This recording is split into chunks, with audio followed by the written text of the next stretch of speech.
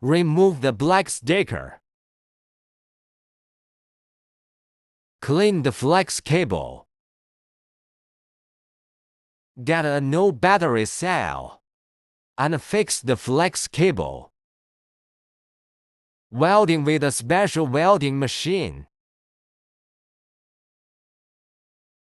Remove the excess flakes. Install the protection frame.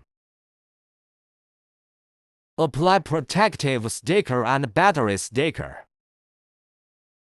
Install special protective plate. Put in the old battery pop-up message.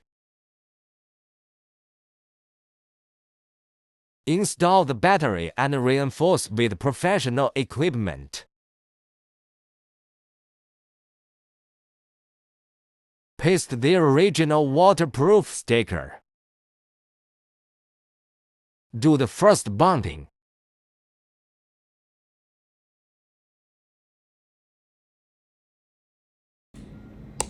Install the screen and remove protective sticker.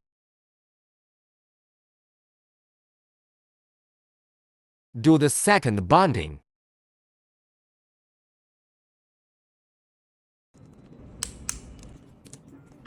Paste the tape and prepare for the air tightness test.